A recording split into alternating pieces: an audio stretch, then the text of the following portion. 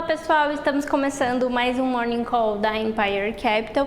Hoje é dia 4 de março de 2024 e estamos aqui para você começar a sua semana e o seu dia muito bem informados.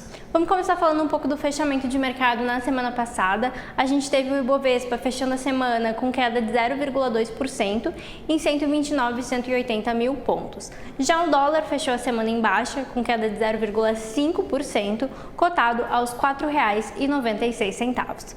Vocês devem lembrar, na sexta-feira eu mencionei que a gente teria a divulgação do PIB, um dado bem importante aqui para o Brasil, PIB referente ao último trimestre do ano passado, e a gente teve o PIB aí vindo um pouco abaixo das expectativas no último trimestre, mas crescendo 2,9% em 2023, registrando então praticamente 2 anos seguidos de crescimento na mesma magnitude.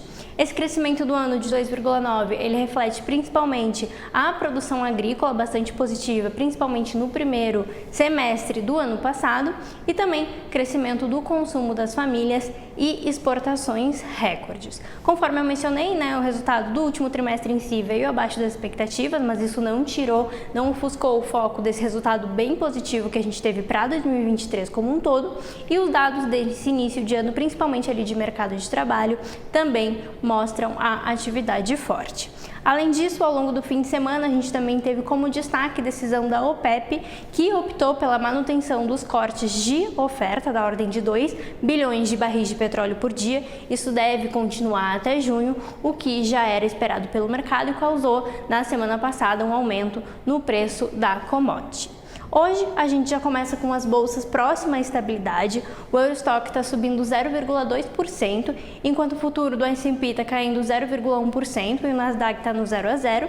E na Ásia, o Nikkei subiu 0,5% e Xangai subiu 0,4%. Para onde a gente tem a agenda mais esvaziada, aqui no Brasil, o principal destaque é a divulgação da venda de veículos de fevereiro pela Fenabrave, mas não tem horário definido para isso acontecer, mas ao longo da semana a gente tem uma semana bastante movimentada. Aqui no Brasil a gente tem dado de produção industrial na quarta-feira e também resultado fiscal na quinta. Esses são os principais destaques.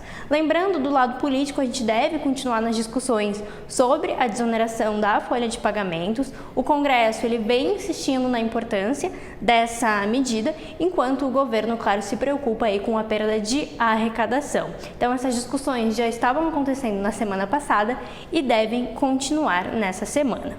Já nos Estados Unidos, a gente tem ali o Jerome Powell, presidente do Fed, dando o seu testemunho semestral, tanto na Câmara quanto no Senado lá nos Estados Unidos. Esse depoimento acontece na Câmara na quarta-feira e no Senado na quinta-feira, e a gente também tem aí hoje falas de dirigentes do Fed por lá também. Além disso, a gente tem destaque ainda o payroll, que deve ser divulgado na sexta-feira, referente ao mês de fevereiro, e também dados do setor de serviços. Já na zona do euro, o principal destaque é a decisão de política monetária. A gente tem a divulgação da decisão e das projeções para a economia na quinta-feira, então bem importante acompanhar, não tanto a decisão em si, mas os indícios de próximos passos. E por fim, na China, as atenções estão se voltando ao Partido Comunista Chinês no aguardo de medidas para apoio da economia chinesa. Por lá, a gente também tem dados de serviço hoje à noite e também tem dados de inflação, tanto de inflação ao produtor quanto ao consumidor na sexta-feira. Então hoje a agenda mais esvaziada, mas ao longo da semana vocês percebem que a gente tem agenda bastante movimentada. Por hoje era isso, uma boa semana a todos.